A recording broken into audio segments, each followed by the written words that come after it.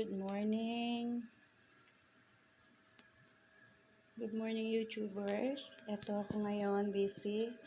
Nagagawa ng pagkain ng bisita. Ayan, marasi. Kailangan mapuno ko yan.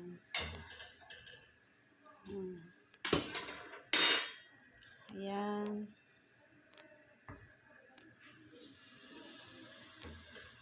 Kita niyo po, ganyan paggawa ng marasi, oh. Ayan, tapos lalagyan ko siya ng cement. Oil ng sheep.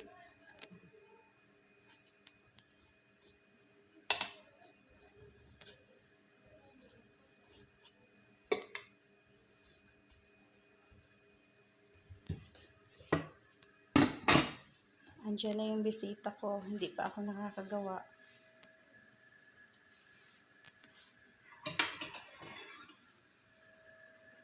So, ibabaliktad ko na to. Tingnan niyo po. Wala po siyang oil yung pinaka-salge yan.